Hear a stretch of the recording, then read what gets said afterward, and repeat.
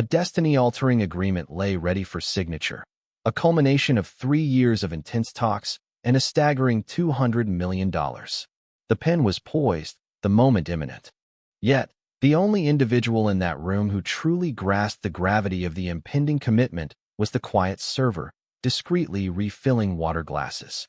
No one sought her insight, nor even noticed her presence.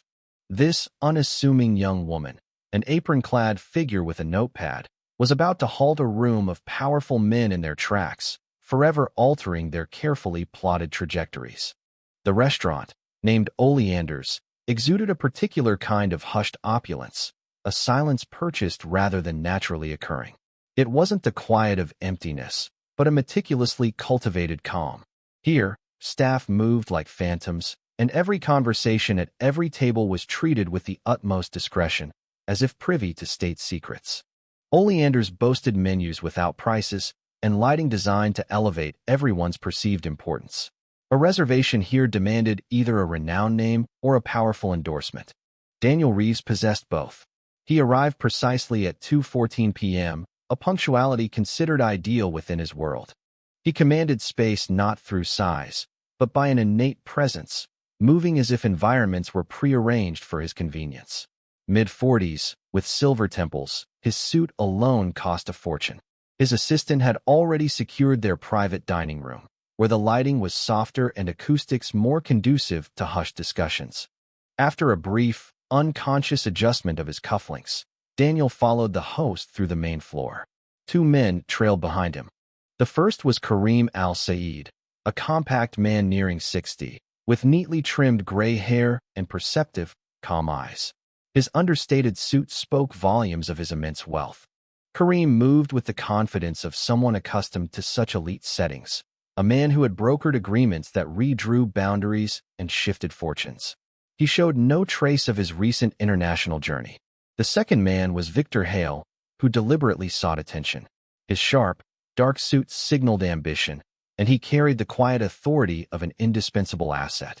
Victor served as Daniel's translator, bridging English and Arabic, American, and Al-Saeed's business cultures for 4 years. Daniel trusted him implicitly, like a flawless tool. The private room was set for 3, a linen-draped table, crystal glasses, and a leather folder containing the contract. A gold insignia on its cover held immense significance for a select few. This monumental deal, valued at over $200 million, was significant for a very select group of individuals. Daniel took his seat and reached for the water already poured into his glass, while Kareem calmly settled opposite him. Victor occupied the third chair, placing a slim leather portfolio beside his plate, then clicked his pen once out of habit. He offered a small smile, knowing this crucial contract was finally scheduled for signing today, after 6 weeks of planning. This strategic partnership with Al-Saeed's consortium promised to expand Daniel's company into new global markets and unlock vital supply chains. Victor had consistently described it in their preparatory meetings as a truly generational opportunity, a chance for unprecedented growth. A quiet waitress, Naomi, appeared at their table, gracefully placing a bread basket and refilling glasses without a word. Her name tag identified her, a slender young woman in her early 20s, whose calm demeanor suggested she preferred to remain unnoticed. Having worked at Oleanders for 11 months, Naomi excelled at her job, always anticipating needs before they were voiced. She was respected by senior staff and tolerated by her manager, Gregory, because she never caused any trouble. After setting down the bread, Naomi turned to leave, but then Victor began to speak, translating Kareem's Arabic greeting. Daniel acknowledged the pleasantry with a smile and a nod, as Victor delivered a polished, perfectly natural English version.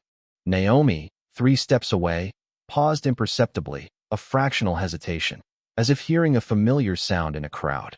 She adjusted the cloth on her arm, not turning, because Victor's English translation did not match Kareem's original Arabic.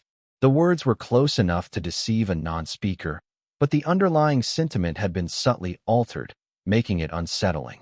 Kareem reiterated, describing the arrangement as initially limited and with a capped scope, using a specific Arabic word for bounded.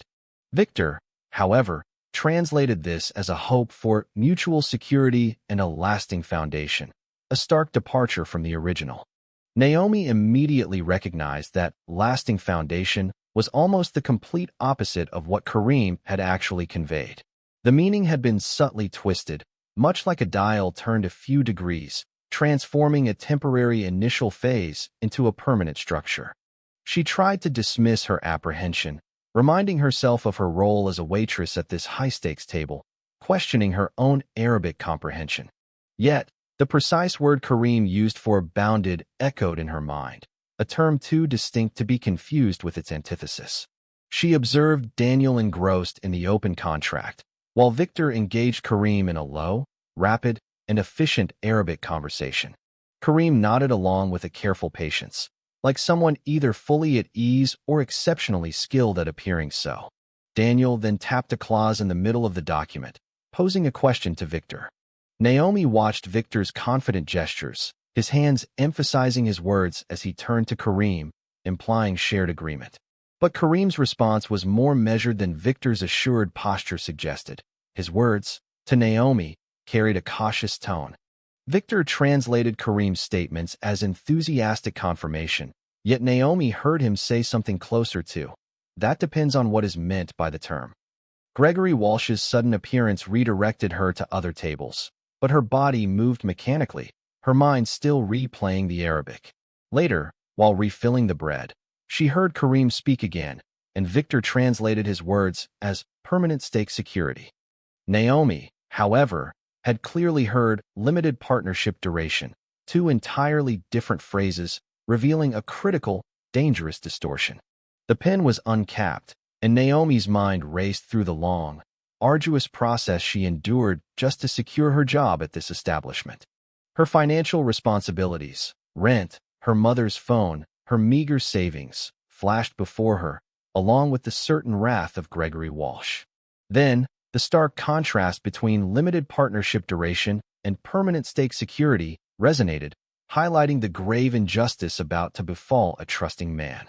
With quiet determination, she moved closer to the table, leaning in subtly, as one might when discreetly correcting a minor oversight for a guest. Her voice, low but firm, cut through the air with undeniable authority as she declared, "Sir, your translator is lying."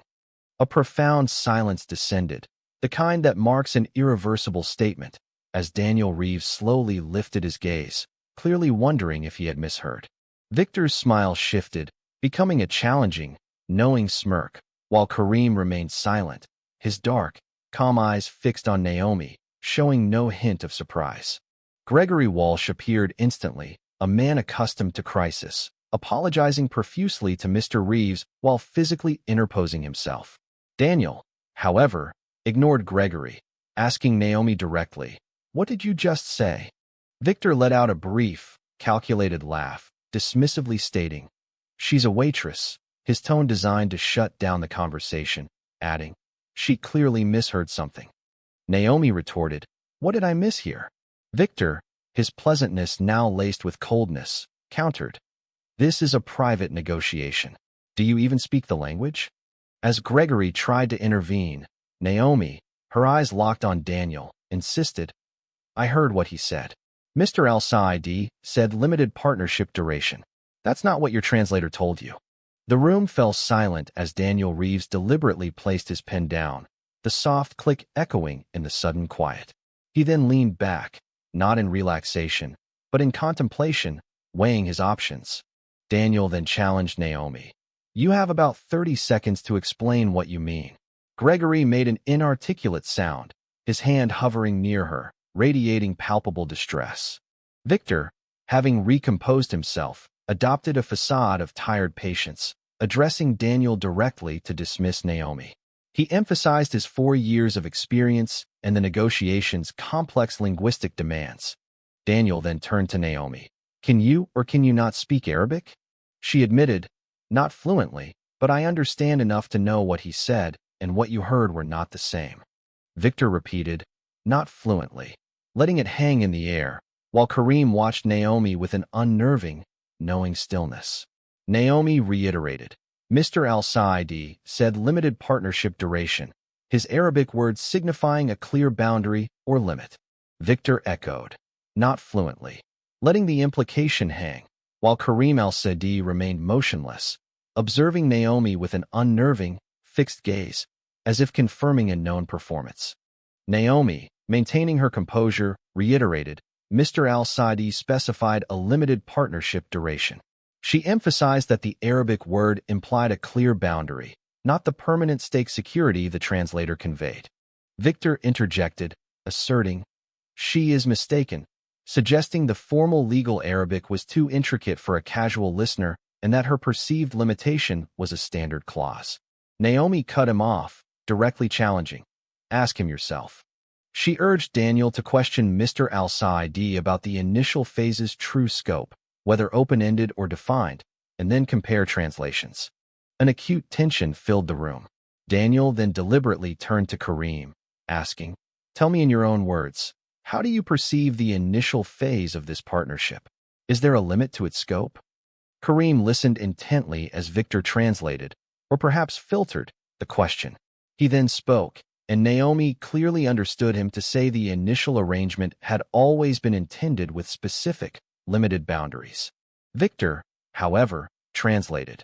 He says the arrangement offers full, flexible integration from the outset, with scope expanding naturally to meet evolving interests. Naomi immediately countered, looking at Daniel. He stated the scope is limited in the early stages. He confirmed the boundaries were intentional. The atmosphere abruptly shifted. Daniel's gaze moved between Naomi, Victor, and Kareem, his jaw tightening, clearly displeased with the conflicting information. Daniel stated softly, those are different answers, cutting off Victor's attempt to speak. He repeated, they're different answers, with an unyielding finality. Kareem's expression subtly changed, showing not alarm, but a flicker of interest. He softly uttered an Arabic word to Naomi, meaning careful or precise, its intent ambiguous. Gregory Walsh, no longer attempting to mediate, stood by the door, recognizing a situation unfolding beyond his managerial authority, threatening the restaurant's reputation. Victor then addressed Naomi with intense professionalism, stating, I want to be respectful, but you're creating a serious situation. He accused her of interfering with a sensitive negotiation and making unsubstantiated claims. Daniel interrupted, translate a clause. He insisted Victor hand Naomi a contract clause to read, overriding Victor's protest with a firm, I'm not asking. After a brief, complex calculation, Victor slid the folder to her. Naomi drew the folder closer, locating the clause on page 3, section 4, subsection 2, presented in both English and Arabic.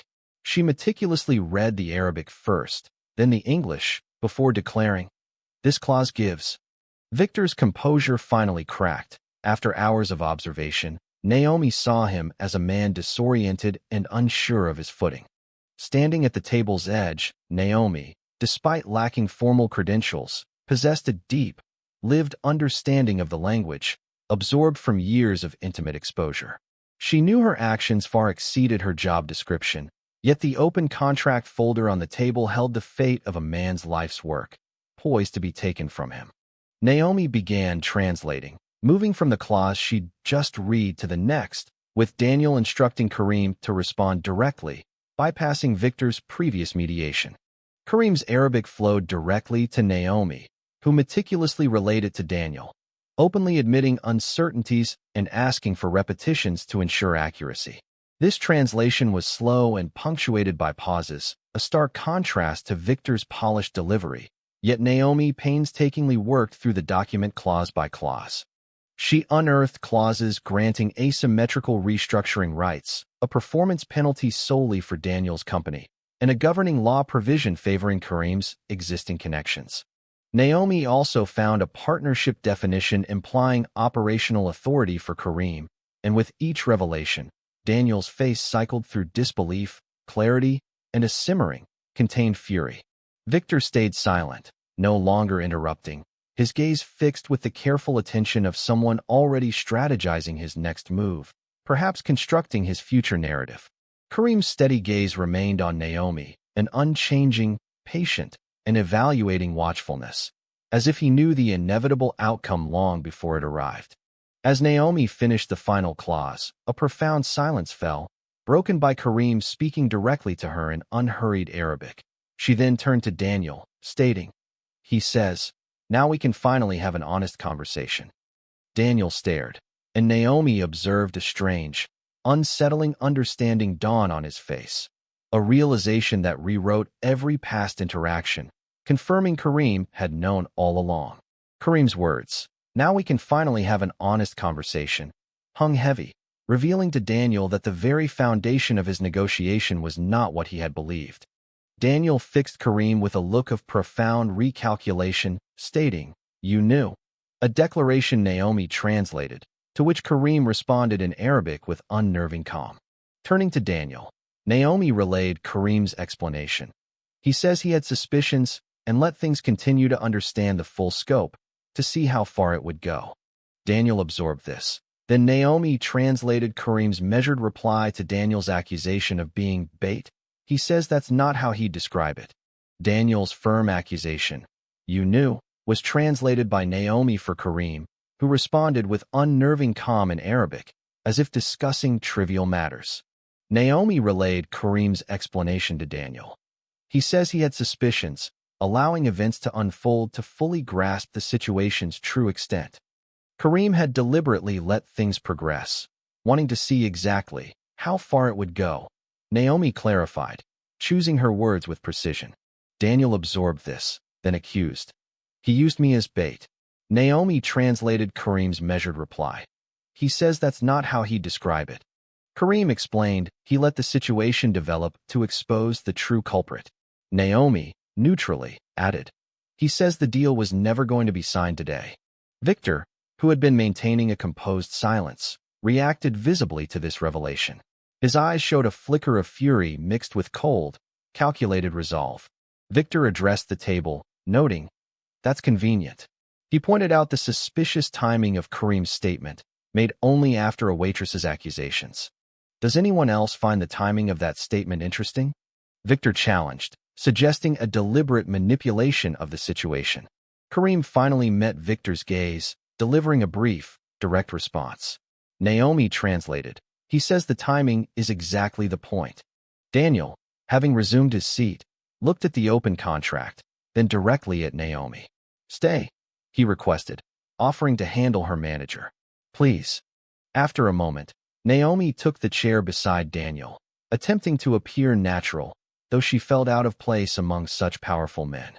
Victor, regaining his composure, spoke with patient authority. "What she translated isn't wrong," he conceded, "but it's incomplete." He argued the clauses were negotiated, a concession for a revenue guarantee, and presented notes from 6 weeks prior that Daniel had signed. Naomi, having quickly reviewed the document, countered, "That's the framework.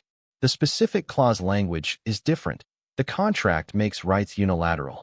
Victor dismissed the changes as technical, but Naomi declared, "He's mixing truth with distortion, revealing his deception." Subscribe for more tales.